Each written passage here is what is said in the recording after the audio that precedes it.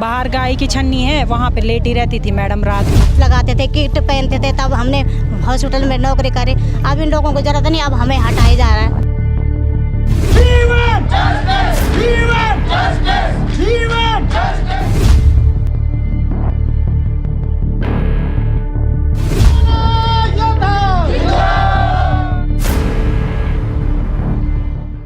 नमस्कार, मैं नंदिनी गुरुंग, आप देख रहे हैं न्यूज़ रिपोर्टर नेटवर्क।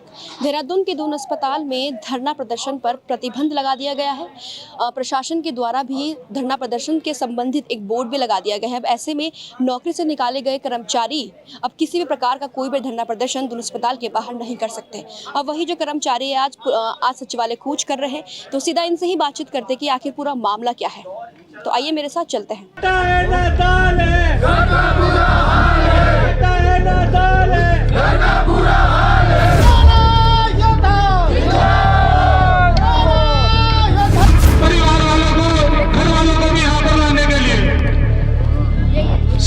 हम प्रशासन को 10 मिनट का समय देते हैं।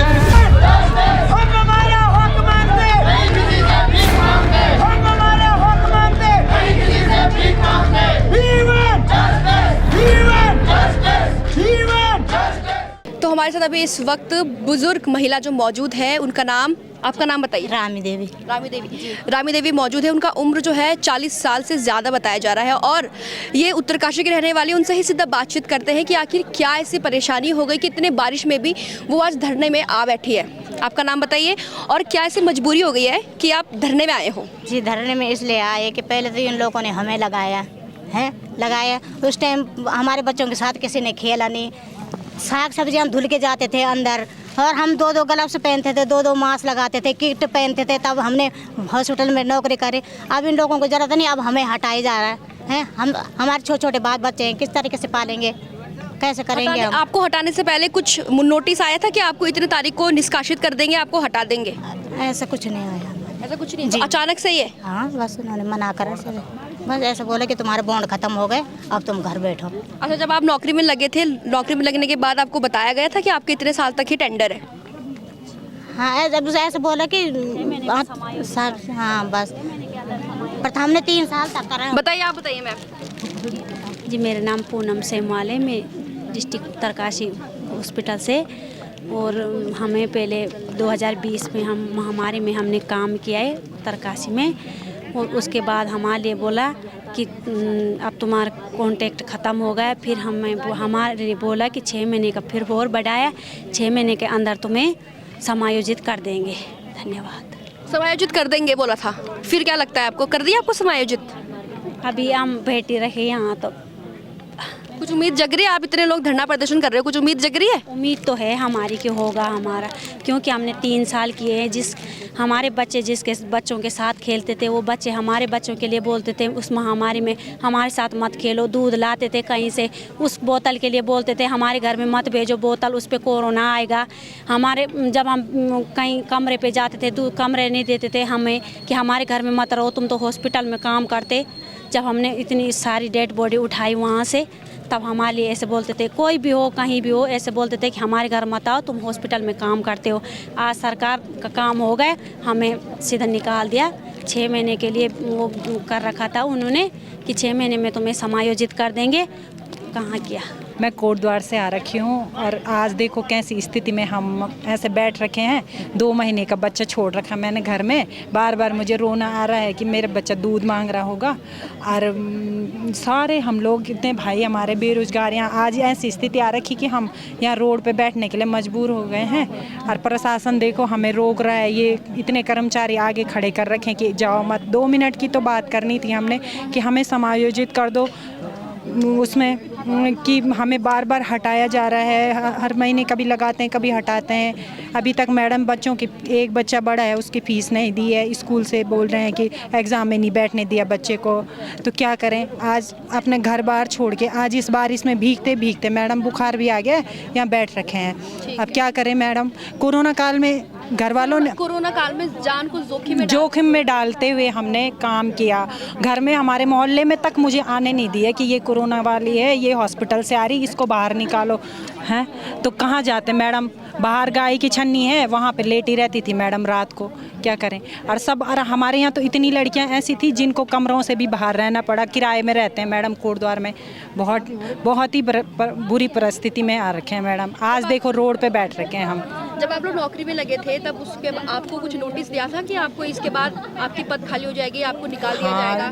तब ये तो था नहीं मैडम, ऐसा तो कुछ नहीं था। तो ये सब अचानक से हुआ मैडम। पिछले साल भी हमने धरना प्रदर्शन करा, उसके बाद हमें फिर 4 महीने के लिए रखा गया। उसके बाद हम फिर से हमें लेटर पकड़ा दिए गए। 14 तारीख तक हमें ड्यूटी करी, उसके बाद हम आज फिर वैसे ही हो रखे हैं मैडम। हम बस कुछ नहीं चाहते, हम चाहते हैं कि हमें ये समायोजित कर दें कि हमें बार इतनी कम सैलरी में मैडम हम काम कर रहे हैं। और सब बेरोज़गार, इतने सारे बेरोज़गार भाई बहनें यहाँ पर बैठ रखी हैं अपना घर परिवार छोड़ के। आज हम ऐसी मुश्किल पड़ रखी है मैडम, क्या बताएं। मैम नज़रअंदाज तो करेंगे क्योंकि शासन ने हमारा 6 माह के लिए विस्तारित बढ़ाया था और 6 माह हमारे पूरे होने वाले थे। उससे हमने 1 हफ्ता पहले ही काली पट्टी बांध के हमने पूरे उत्तराखंड के अंदर सभी हॉस्पिटलों में विरोध प्रदर्शन किया था अपना, कि सरकार इस काली पट्टी के माध्यम से हमारी बात को सुने और हमारा कार्यकाल आगे बढ़ाया जाए। लेकिन उस 1 हफ्ते के बाद हमारा कार्यकाल समाप्त हो गया है। कहीं ना कहीं सरकार हमारी सुनने को तैयार नहीं है और ये दिन आ गए कि हम लोगों को आज सचिवालय कूच करना पड़ा। ये बड़ी विडम्बना है इस देश की, इस राज्य की, कि बेरोजगार युवा आज सड़कों पर है। तो आपको जाने नहीं दे रहे सचिवालय? अब शासन के अंदर प्रशासन आता है और जहाँ लगता है कि शासन को खतरा है वहाँ प्रशासन को खड़ा कर देता है एक दीवार की तरह। अगर कोई अपने हक अधिकारों की बात करता है तो साफ प्रशासन लगा देता है। अब इतने हमारे कर्मचारी जितना प्रशासन खड़ा है, किस लिए खड़ा है, किस लिए लगाया शासन ने? हमें रोकने के लिए। हमारी 2 मिनट बात ही तो सुननी है। ये कर्मचारी है, इन्होंने उस महामारी में काम किया जहाँ भाई छूने को तैयार नहीं था, कर्मचारी छूने को तैयार नहीं था। जो गवर्नमेंट कर्मचारी थे वो काम करने को तैयार थे। ये सब संविदा कर्मी थे जिन्होंने बढ़ चढ़ के योगदान दिया। 2-2, 3-3 बार हम लोग कोरोना पॉजिटिव हुए। हमारी 2021 तक की अब तक की का वेतन नहीं आया हम लोगों का। बड़ी आप सोचिए हम कैसे घर चला रहे हैं अपना। वेतन भी नहीं आया अभी तक? 2021 का अब तक वेतन नहीं आया हमारा। इसके लिए भी आपने बात करी होगी? इसके लिए भी बात करी, कोई सुनवाई नहीं है तो कहाँ जाए, किससे सुनवाई करें मैडम? देखो ये तो मजबूरी है। हम तो चाहते नहीं थे कि हम सड़कों पे उतरें। हम तो 15 मार्च तक काम कर रहे थे चुपचाप तरीके से, जैसा हर एक कर्मचारी करता है। मजदूर को आप अगर मजदूरी करने भेजोगे तो वो अभी दिन भर काम करके अपनी 2 वक्त की जो रोटी होती है वो लेके घर वापस आता है। हम भी उसी प्रकार के कर्मचारी हैं। लेकिन जो यहाँ पर आने के लिए मजबूर किया वो हमारे शासन, हमारे सरकार, जो उनके अधिकारी हैं, उन्होंने इस काबिल बनाया, काबिल ही समझ लो कि हमें ये मतलब रोड में लाने के लिए मजबूर कर दिया उन्होंने। देखिए हम बैठे हुए थे आराम से वहाँ पे, बतौर जो हमारे अधिकारी हैं, जो हमारे अस्पताल का प्रशासन है, उन्हें नोटिस चिपका दिया कि धरना प्रदर्शन वर्जित क्षेत्र।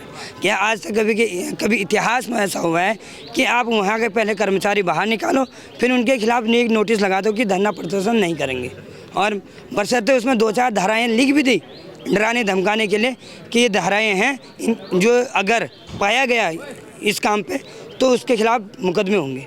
तो बताइए किस प्रकार तानाशाही जो रवैया है वो अपनाया जा रहा है सरकार द्वारा। हम तो चाहते नहीं थे कि सड़कों पे आना पड़े। हम तो चाहते हैं कि जो हमारी मांग है सरकार उन मांग को अमल करे, विचार करे और उनको जो कर्मचारी हैं बहाल करे 1 तारीख से। तो आपकी मांग क्या है सरकार से? हमारी मांग है जो खाली रिक्त पद पड़े हैं पूरे प्रदेश भर के, जो अभी वर्तमान स्थिति है, कभी अंदर कभी बाहर, 6 महीने के लिए अंदर रखो, 11 महीने के लिए फिर कभी रखो, फिर 5-6 महीने फिर बाहर रखो, 1 महीने बाहर रखो। जो रिक्त पद खाली पड़े हैं, आपको ज़रूरत है, स्थिति आपकी लचर बनी हुई है वर्तमान में, तो उन व्यवस्थाओं को ठीक करने के लिए जितने कर्मचारी आप बाहर कर रहे हो उनको अंदर कर दीजिए। आपकी जो अस्पताल की व्यवस्था है, मेडिकल कॉलेज की व्यवस्था है, सुधर जाएंगी। 105 व्यक्ति कार्यरत हैं, खराब मौसम भी था और हम यहाँ पर 1 घंटे से बैठे हैं। ना तो प्रशासन हमें आगे जाने दे रहा है, ना ही कोई ठोस निर्णय ले पा रहा है हमारे लिए कि हमारी वार्ता कराई जाए। हम प्रशासन को 10 मिनट का समय देते हैं, या तो हमारी वार्ता करा दे, नहीं तो हम वापस जहाँ से आए थे चुपचाप जा रहे हैं, अगली बार और तैयारी के साथ। अब अभी फ़िलहाल तो हमें यही देखेंगे आगे का जो है। अध्यक्ष जी ने जैसे सोचा है कि जो आप अभी तो फ़िलहाल हम कहीं नहीं जाने वाले हैं जब तक कोई शासन से अधिकारी या कोई सचिव हमसे बात नहीं कर लेते हैं इस चीज़ के लिए, क्योंकि हमने जो धरना प्रदर्शन है उसके लिए हम सुबह से 9 बजे से बैठे थे दून अस्पताल के परिसर में। उसके बाद हमें इस तरह से बाकी अध्यक्ष ने औरों से बात की कितने बजे से फिर स्टार्ट होगा, तो 9 से 11, 11 से 12, 1:30, फिर 2। तो फाइनली जब हमें शासन की तरफ से कुछ भी नहीं मिला, कोई आश्वासन भी नहीं, कुछ भी नहीं, तो हमें मजबूरन जो है इतनी बारिश में इतने कर्मचारियों को लेके जो अलग अलग डिस्ट्रिक्ट से आए हुए हैं, फिर हमें यहाँ पे आना पड़ा, कुछ करना ही पड़ा। हम चाहते हैं जो हमारी हक की लड़ाई है वो हम एक शांतिपूर्वक तरीके से करने की कोशिश कर रहे हैं। अपना मैसेज जो है हम शासन तक पहुंचाने की, शासन प्रशासन दोनों तक पहुंचाने की कोशिश करें, लेकिन हमें आश्वासन के अलावा या मौखिक तौर पे ही बोला जाता है विस्तारीकरण के लिए। उम्मीद मौखिक तौर पे ही दी जा रही है। वैसे मौखिक का कुछ मुझे नहीं लगता है कि कुछ मुझे उस चीज़ों से, जब तक लिखित में कुछ नहीं आ जाता है तब तक कोई उम्मीदें तो नहीं लग रही हैं। तो आई थिंक हमें लग रहा है कि हमारी लड़ाई जो है वो लंबी जाने वाली है। तो जैसा आपने देखा कि ये जो कर्मचारी है जान को जोखिम में डालने के बावजूद भी अपने काम को काफ़ी ईमानदारी के साथ करते हैं, लेकिन सरकार फिर भी इनकी बातों को अनसुना करती हुई नजर आ रही है। और साथ ही लोगों का कहना यह है कि डॉक्टर धन सिंह रावत जी द्वारा ये कहा गया था कि खाली पदों का जो है समायोजन कर दिया जाएगा, लेकिन अभी तक इसमें कोई भी सूझ नहीं हुई है। और साथ ये भी इनका कहना है कि हरिद्वार जिले के जो लोग हैं, जो कर्मचारी है, 2021 से इन लोगों का जो वेतन अभी तक नहीं मिल पाई है। और आप देख सकते हैं तस्वीरों में कि यहाँ पे जो पुलिस प्रशासन है, इनको कर्मचारी को रोक दिया गया है ताकि वो अंदर नहीं जा पाए। तो आज की रिपोर्ट में सिर्फ इतना ही। देखते रहिए news reporter network. Cameraman Anshul के साथ मैं नंदिनी गुरुंग। धन्यवाद। अगर आप हमारे चैनल पे नए हैं तो चैनल को सब्सक्राइब करें और साथ ही बेल आइकन को प्रेस करें ताकि उत्तराखंड की कोई भी अपडेट मिस ना हो पाए।